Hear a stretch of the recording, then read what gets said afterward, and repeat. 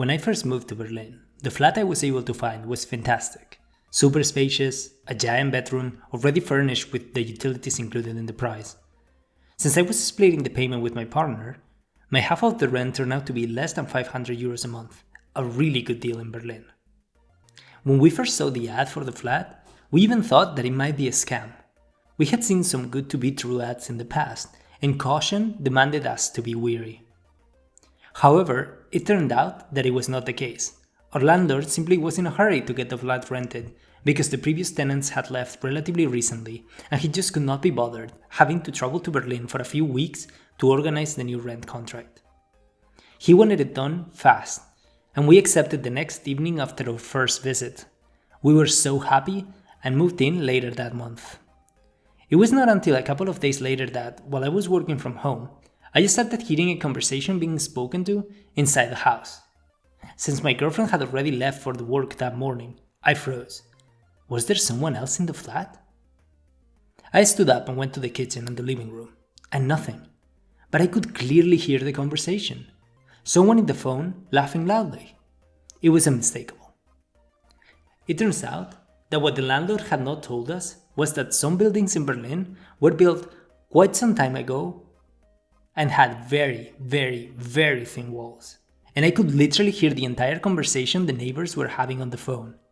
Later on, we realized that those same neighbors had the charming costume of not getting up to turn off their phone alarm, and for some godforsaken reason, they were deep sleepers. How deep? The alarm would ring for 3 freaking hours before they would stop it. Every time I read about asymmetric information or the different levels of knowledge among the different players in the market, I can hear that alarm. The price of ignorance, indeed. The landlord knew about this little fact, so he rushed to rent us the flat quite quickly. And by the time our knowledge of the flat caught up with his, it was too late, and our year-long contract was already in place. Welcome to Rebel Economics, where today we will talk about asymmetric information and its impact on competition. If you enjoy our content, don't forget to hit the like button and consider subscribing. It really does mean a lot. The theory of asymmetric information in capitalist markets is one of the most interesting observations made in microeconomics. From my perspective, it is at the same level as other more popular macroeconomic theorems, like the law of diminishing returns or the liquidity trap. This theory proposes the classical capitalism theory of free competition has a fundamental underlying assumption that simply does not reflect the reality of the market. For perfect competition to occur in a market, all players must make perfectly informed decisions, based on common sources of data available to them.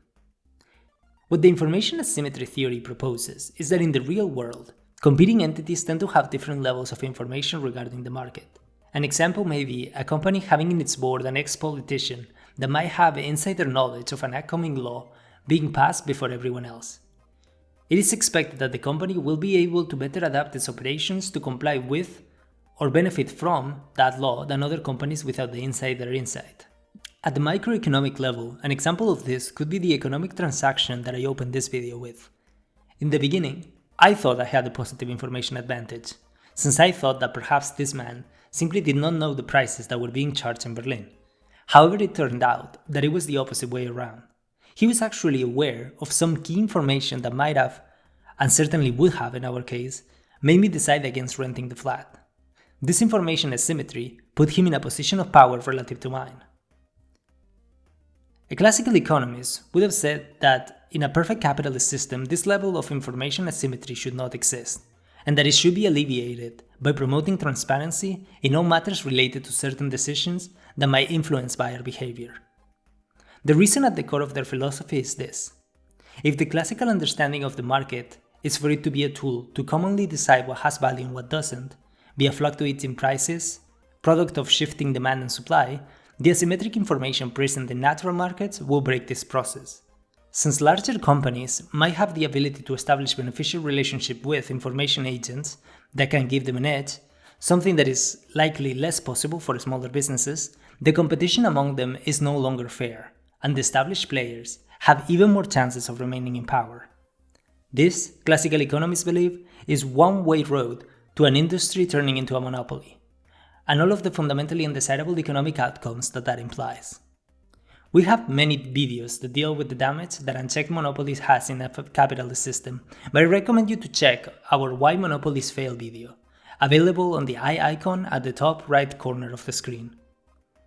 The ways in which this process of information liberalization should take place are somewhat more convoluted, since it seems that there is no fundamental way to eliminate the information asymmetry that happens in the real world. Clearly, from a macroeconomic perspective, a free press capable of reporting on information that the state or certain players would like to remain hidden seems to be a fundamental tool to at least minimize the impact of information asymmetry between players. Additionally, the ability of pursuing legal action by companies against established reputed media sources that publish misleading or downright false information is also a necessary piece of the puzzle. Therefore, in economies without a free press, the information will struggle to get to the newcomers or smaller players in the market, thereby remaining to be exploited exclusively by those established entities with governmental or institutional ties. These have all been examples of asymmetric information in the macroeconomic sphere. But what about the impact that these decisions have down in the world of each small economic actor like you or I? Well, the issue here is quite similar to the one found in macroeconomic level, where information asymmetry is very much an uncomfortable reality in every capitalist system. Take for example the inherent differential that exists in every transaction between a buyer and a seller. It really does not matter how much information the buyer gathers about a given good or service, the seller would always have more. It does not matter how many Amazon reviews about a product you read, the seller will always know more about how it was manufactured using cheap pieces that might break 2 or 3 years down the line. It does not matter how much information you can gather about the menu and ingredients in a restaurant, only the cooks know that yesterday they found a rat under the fridge. It does not matter how much research you do on a particular stock. There is a big chance that extremely informed large investors will always know more than you, perhaps even about things that simply cannot be translated to earning reports or financial statements. Once again, the only solution is guaranteeing the free flow of tested information, from big companies to smaller ones, and from sellers to buyers. The basics of this notion can be achieved by promoting free press, as mentioned above, but there is a second part to consider. Buyers should also be encouraged to research, lest they be guided by larger, more informed institutions towards a less desirable outcome. Research about companies and the drive to educate ourselves about our economic decisions are not just nice to haves, nor are they simply nice ideals. They truly are a fundamental piece of the capitalist puzzle. Baked into the very concept of competition is the notion of informed competition. One would think that in the information age, where there are thousands of online reviews, articles, and like to dislike ratios, the dream of perfect competition and symmetric information would be closer than ever. But we all know that this is not the case. There is more information than before, but the low barriers to disseminate of both truthful and fake information that the internet has made possible have also thrown us into a world where being manipulated is easy, and being informed is tremendously complicated. Those days at 6 in the morning, after the neighbor's alarm had been ringing for the last 30 minutes, I felt very, very angry. At them for being so annoying, for sure, but mainly at me. At me for not having done enough research about the flat. That day I paid the price of information asymmetry. Let's hope that it is the last time. Thank you for watching Rebel Economics. This topic really is one of my favorites. The elegance with which it brings the entire classic model of competition into question is just beautiful. And I really enjoy sharing it with you.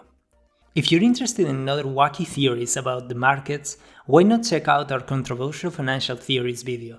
Or for something completely different, check out our analysis on how Amazon abuses the retailers in their platform. Both videos you can find in the eye icon or in the end screen. Thank you so much. Please consider giving this video a like and subscribing if you have not done so. And I will see you in the next one.